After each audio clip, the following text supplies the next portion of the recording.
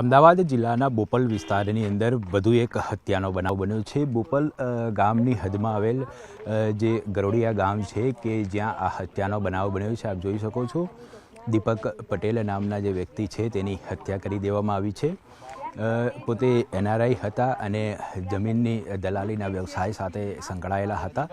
જો કે ગત મોડી રાત્રે તેઓ 12 વાગે તેમના ઘરેથી કલાકમાં આવું છું તેવું કહીને નીકળ્યા હતા। ત્યારબાદ તેઓ ઘરે પરત ફર્યા ન હતા। ત્યારબાદ તેમના જે પુત્ર અને પુત્રી છે તેમના દ્વારા જે લોકેશન સર્ચ કરવામાં આવ્યું હતું અને ત્યારબાદ પોતે અહીં હોવાની હાજરી મળી આવી હતી અને જ્યારે અહીંયા પહોંચ્યા ત્યારે તેમનો મૃતદેહ છે તે લોહીથી લથપથ હાલતમાં મળી આવ્યો હતો।